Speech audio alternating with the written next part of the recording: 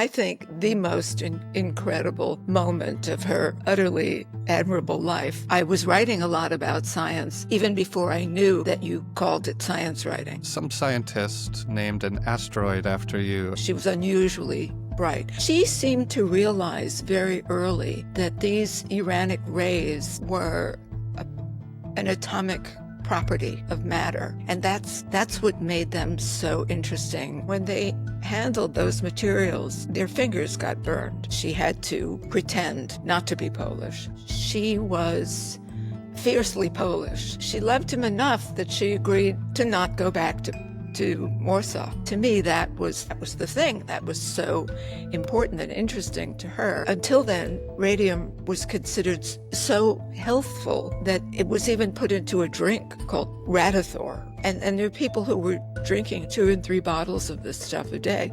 But at that dose level, it was lethal. The things glowed in the dark. They were just beautiful. And they would love to go back to the lab together at night and just look at the glowing beakers and dishes of precipitate. Even though she knew it was dangerous, she kept doing it.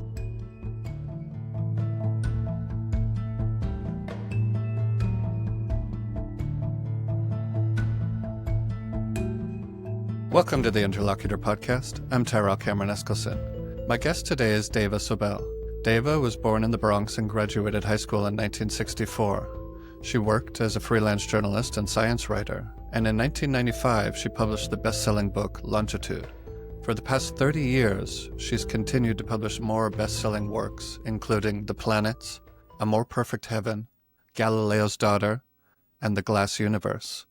Today she joins me for a discussion about her latest book called The Elements of Marie Curie, How the Glow of Radium Lit a Path for Women in Science. This is Dava Sobel. Thank you very much for joining me today. I'm happy to be with you. You grew up in the Bronx in the 1950s and 1960s. When did you first develop a passion for science? Early on, because science was very much spoken about in my home. My father was a medical doctor. He had his office in the house, so the family and the patients often mingled. And my mother had an advanced degree in chemistry, and was very interested in science. And when my father got interested in sailing, my mother went to night school to become a navigator. And she used to take me to the class with her. Not that I learned anything there, but I was young, and she couldn't really leave me anywhere else. When you graduated high school in 1964, when did you first realize that writing was something that you wanted to do and that you were interested in writing about science? I fantasized about being a writer even before finishing high school. But at that time, I think I thought writing meant writing fiction, and I wasn't particularly good at that. I always got tremendous encouragement from teachers about my writing, but I still wasn't looking at it as a career possibility. It's unfortunate, and yet I don't really have regrets, but no one ever suggested science writing to me. And I think that might be because it was novel when I was growing up. So, it wasn't a thing the way it is now. And so I really had to find it. I got a job working on the women's pages at a local newspaper, and it was the year of the first Earth Day, and because I had so much leeway in terms of what topics I could cover, I really had almost complete freedom. So I was writing a lot about science even before I knew that you called it science writing.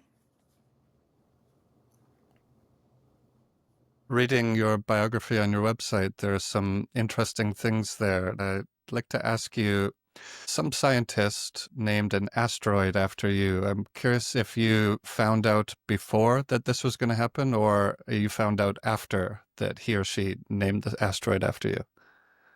I found out after, but it's a fairly casual affair because asteroids are really the only things that astronomers can name if they discover them.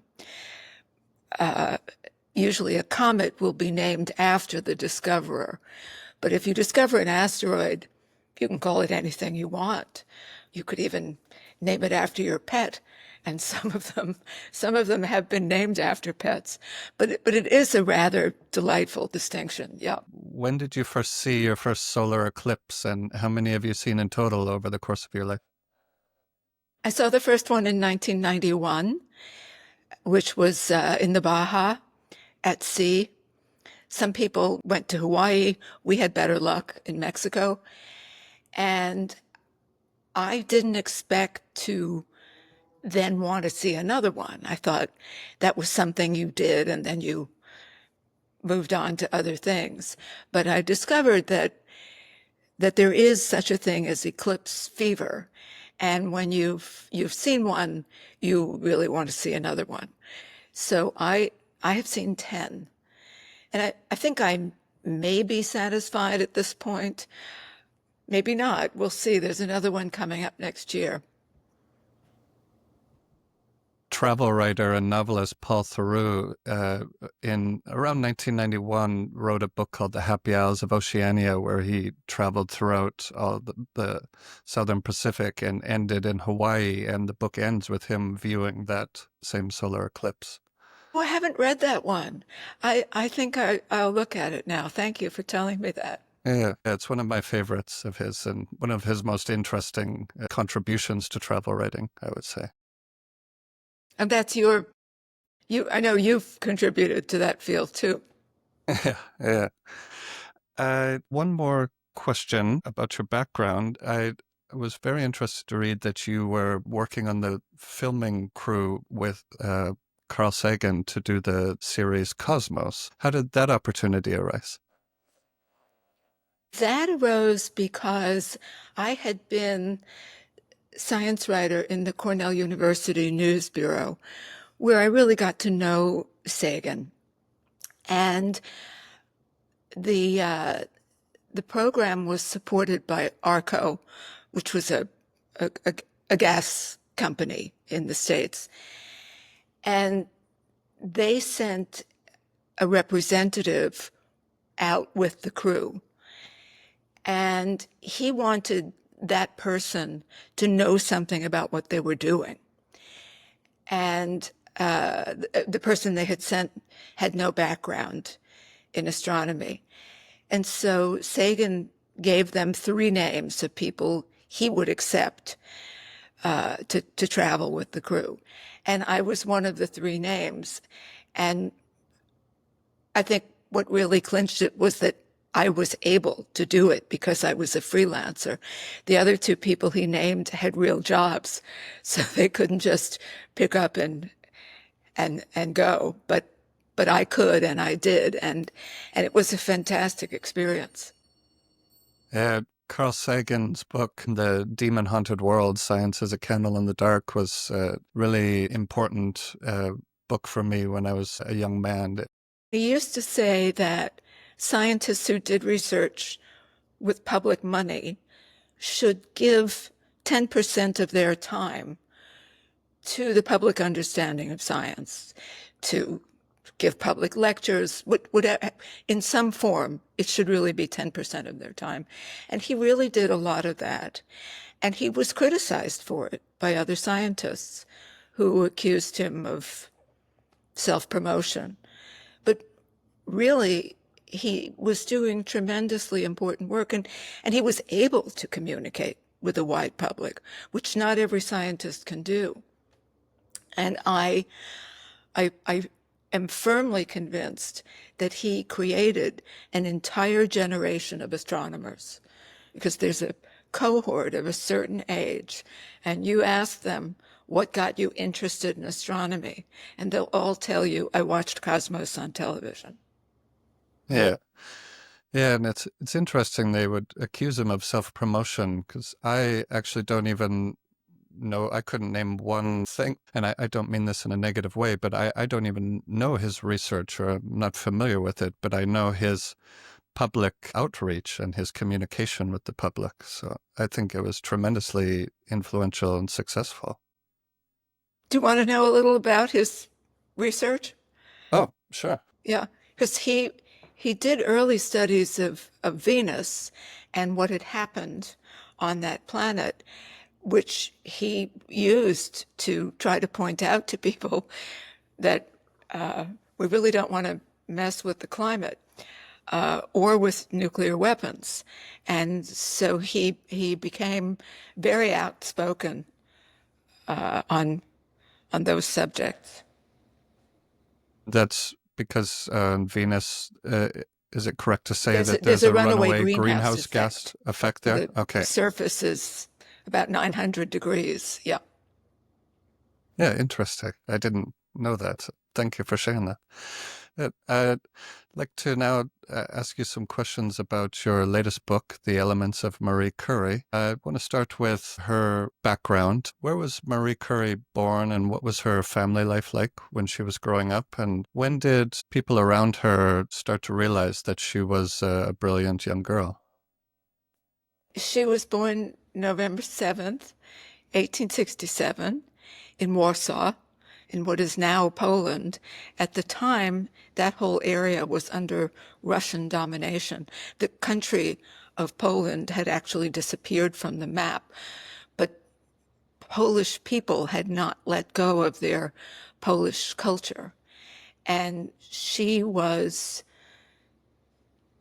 fiercely Polish. And because of her upbringing.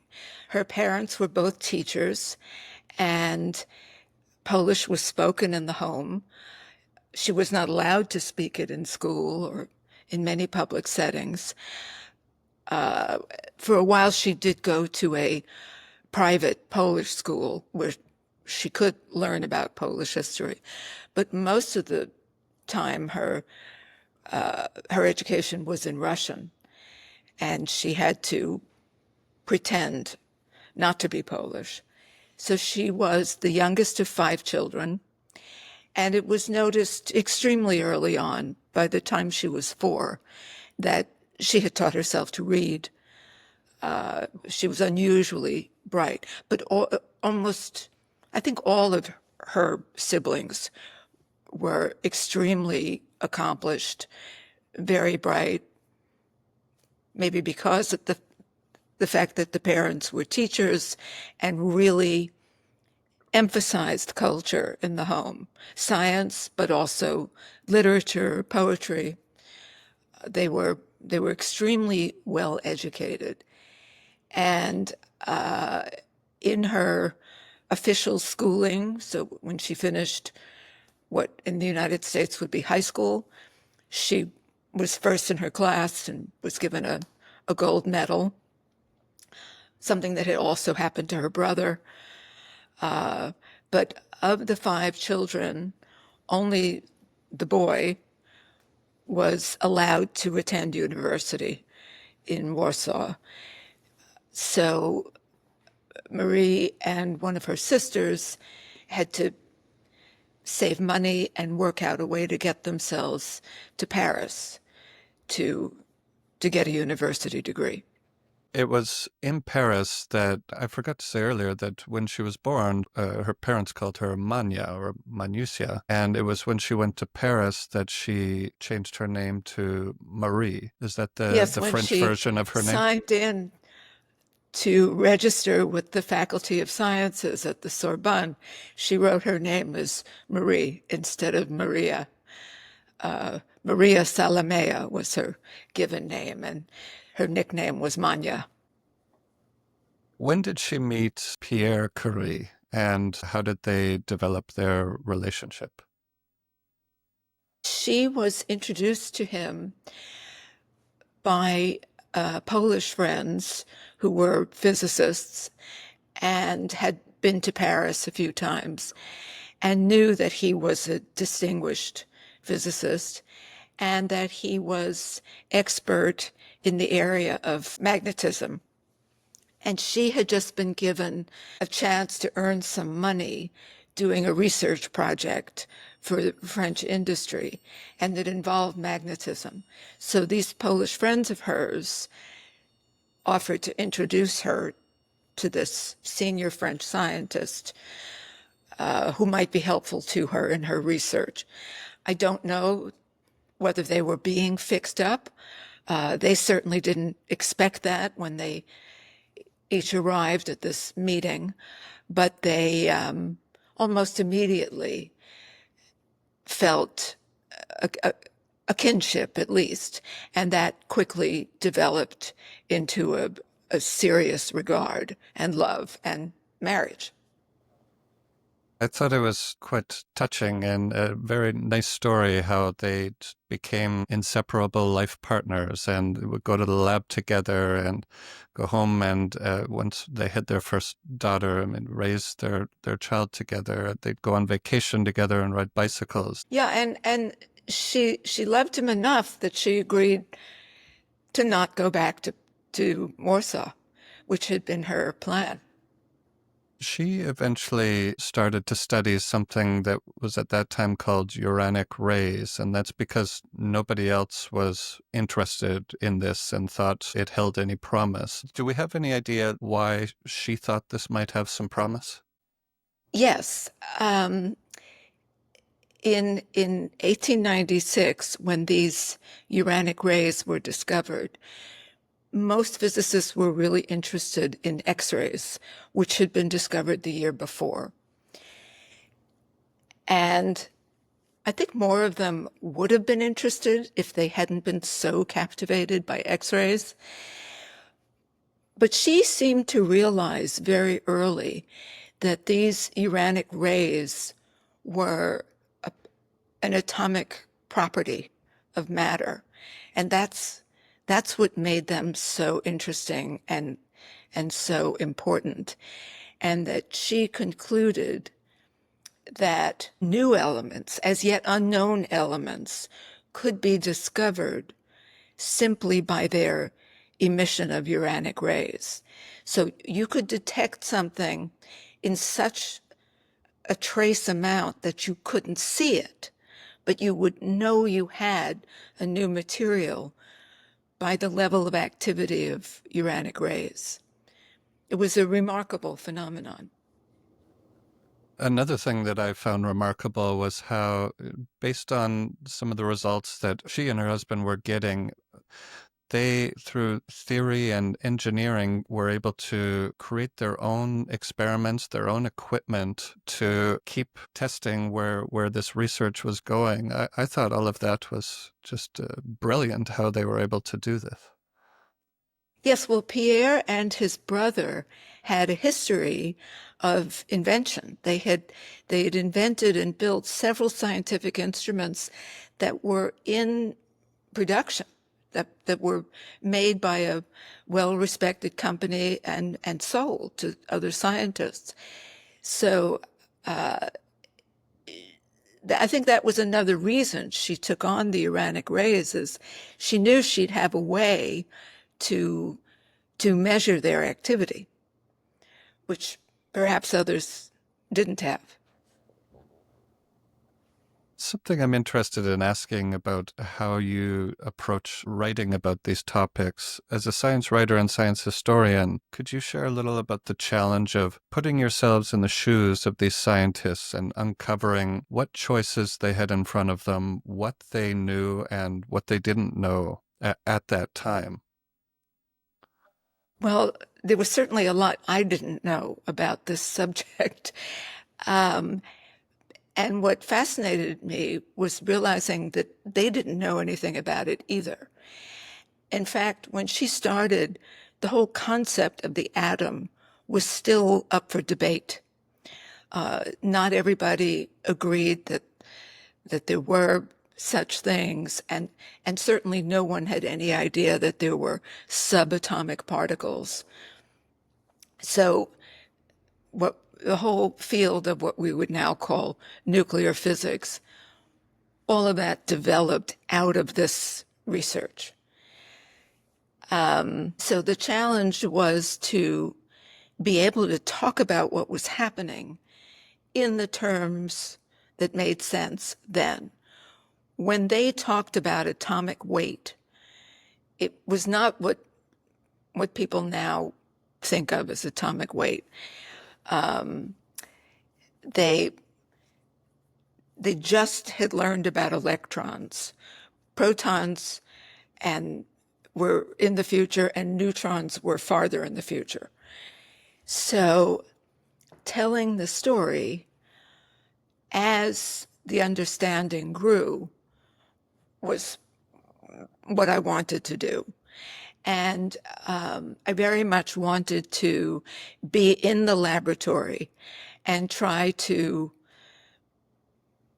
show what that experience was like at that time, because several of the biographies I had read about her just skip over the science because it seems unpalatable for the reader or not of interest to the author. But to me, that was the thing that was so important and interesting to her, and how she spent her days and nights sometimes.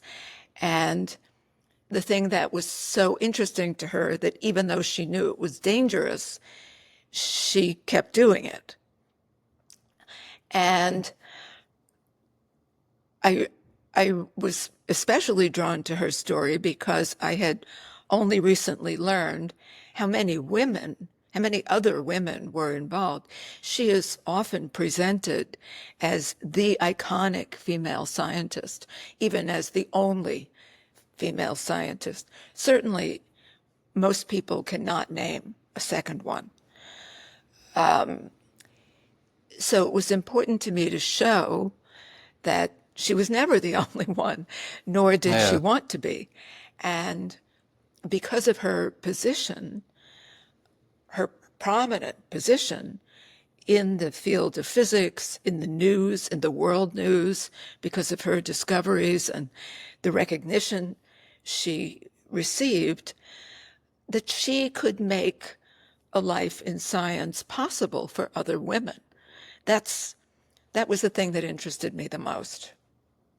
Yeah, I'd like to come back to that topic at the end of our discussion once more, because I think it's an important one to talk a little more about. One question I have is about how she was able to balance her career and caregiving. A recent Nobel Prize winner named Claudia Goldin wrote a book called Career and Family, and she studied American women throughout the 20th century, and at the beginning of the 20th century, she found that those who were choosing post-secondary school and career paths, university and such, were often doing so at the expense of not having a family life. Marie Curie was about 30 years before this time in Europe, but she was balancing both. So I'm interested in your insights on how she was able to do this. She had the ideal childcare situation. Pierre's mother died right around the time that their first child was born, Pierre and Marie's first child. And Pierre's father, grief-stricken as he was, offered to move in with them and take care of the baby.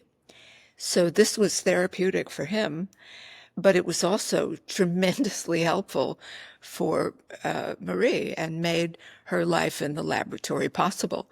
He was not only willing and loving and capable, he was a medical doctor. I mean, you couldn't ask for a better situation. And that's what every woman scientist needs, and probably only a fraction of 1% of them can have that. She had a relationship with many important scientists of the day. I was interested to learn that she knew Albert Einstein and had a relationship with him. How did they first meet, and what was the nature of their relationship throughout their lives? They first met at an exclusive gathering of physicists that was held in 1911 in Brussels. It was invitation only, and it was the top known physicists in the world. About 24 people were invited, and among them were Max Planck, Henri Poincaré, James Jeans, Ernest Rutherford, Albert Einstein, and Marie Curie. So naturally, she was the only woman invited, but she was invited, and that's where they first met. And this meeting lasted about a week, so it was all day, every day, and they were all in one room talking mostly about the fascinating new concept of the quantum.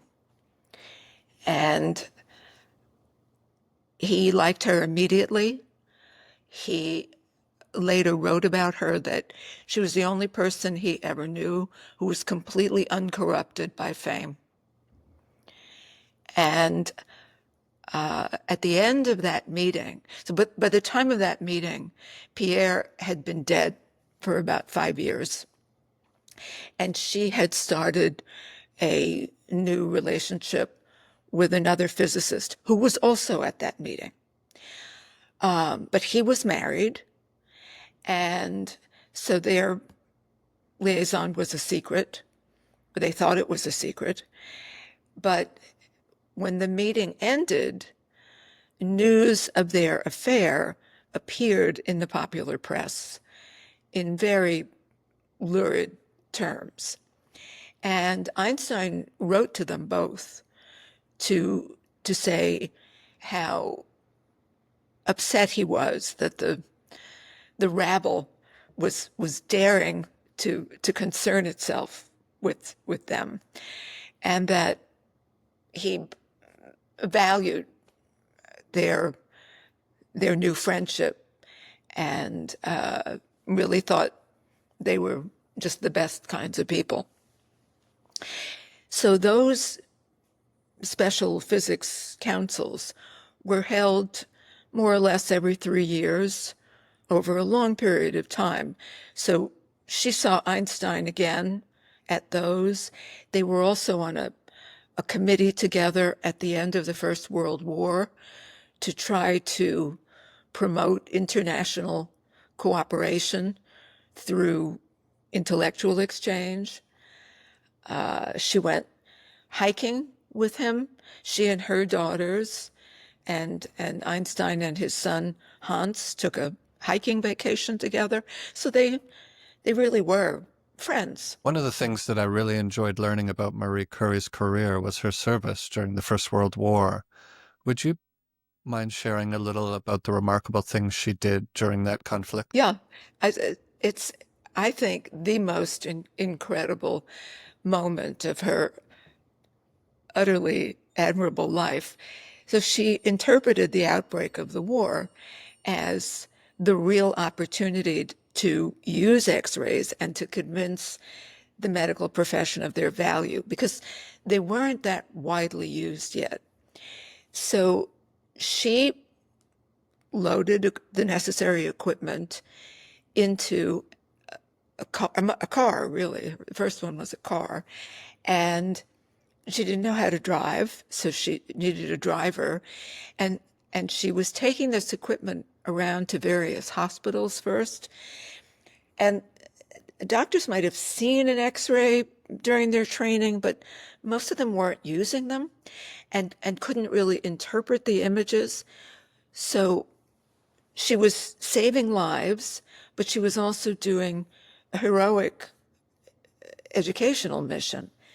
And as soon as the Army would let her, she was venturing to mobile hospital units and even setting up X-ray facilities at these mobile Army hospitals and getting as close to the front as she could with her 17-year-old daughter, who was also knowledgeable about the use of X-rays and the interpretation of X-ray images.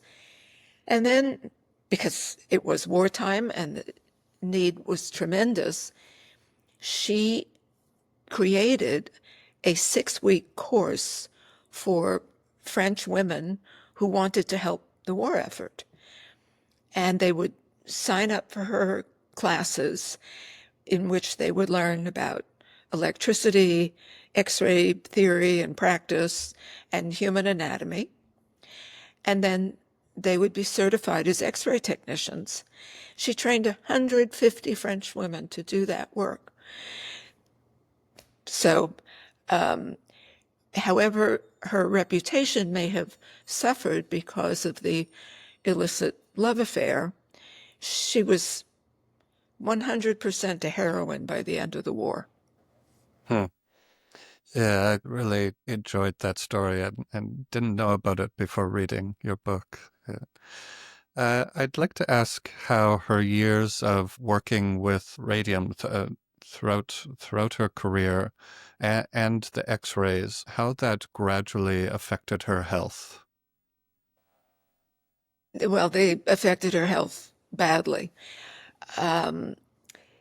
She knew early on that working with radioactive elements, the two she discovered with Pierre were polonium and radium.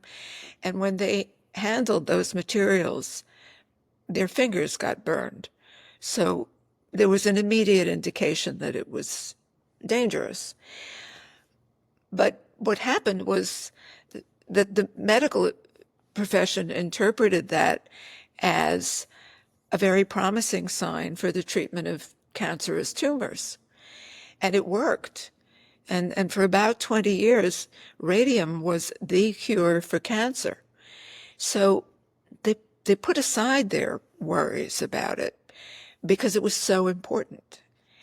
And with radium, she didn't really know until the 1920s when the news of the dial painters came out, that some of the young women who painted glow-in-the-dark numbers on instruments and watches were bringing their paintbrushes to a point between their lips, and the paint actually contained radium.